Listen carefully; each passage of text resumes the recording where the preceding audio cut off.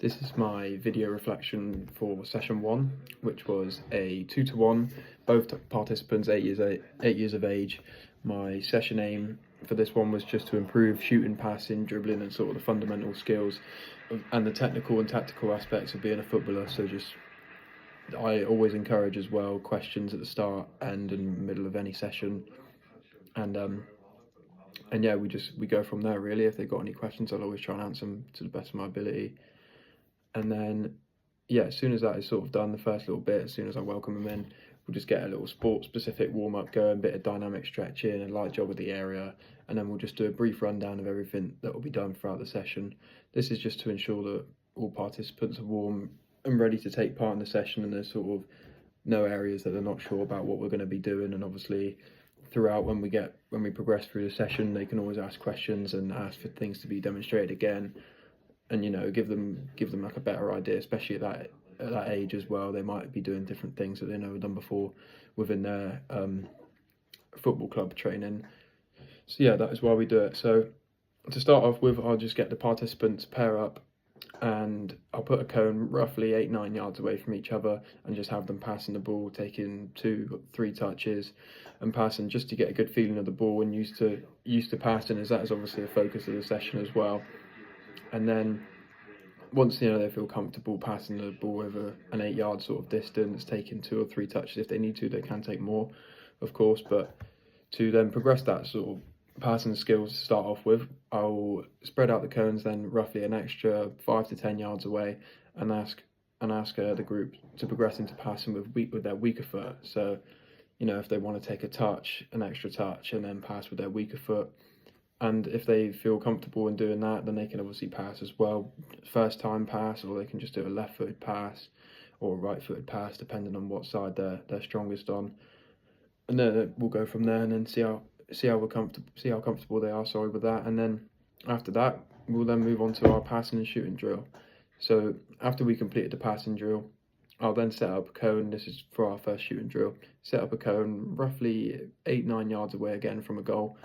And I'll have a line set up with one person being the setter, and then one person will be the shooter. So the shooter will pass the ball into the setter, and the setter will then set them for a first time shot.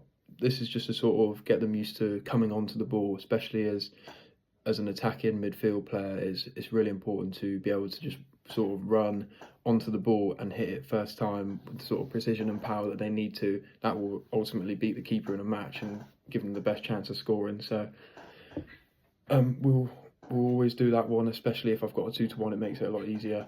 And then we also progressed on to taking a touch before the shot, which a lot of people would think, oh well, it's easier to take a touch before you shoot and then shoot. But I sort of like to highlight the importance of taking the touch out wide, on whether it be on their left foot or on their right foot, and then being able to cut across the ball into the far corner. Because within a match, if you shoot across the goal into the far corner, it's going to give you the better chance of scoring, rather than going in the near post, where the goalkeeper is always going to have sort of the best chance of saving it. That's where their sort of body set, and they're covering most of the goal that way.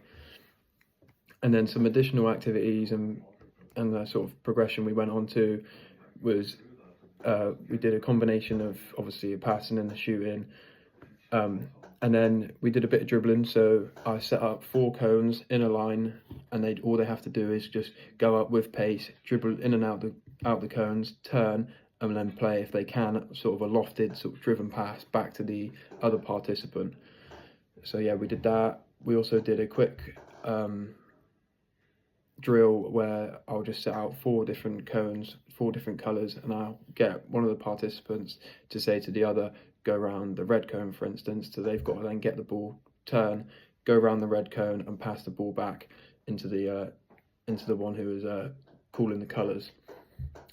I then finished off with a shooting drill between them to add that sort of competitive edge to the session.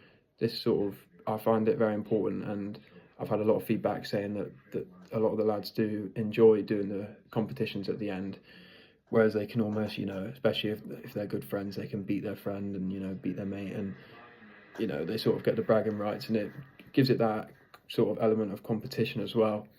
at the end of a session where they can sort of go and thinking, oh, I've won today, or I've won this week, or I did well this week, I got this many points.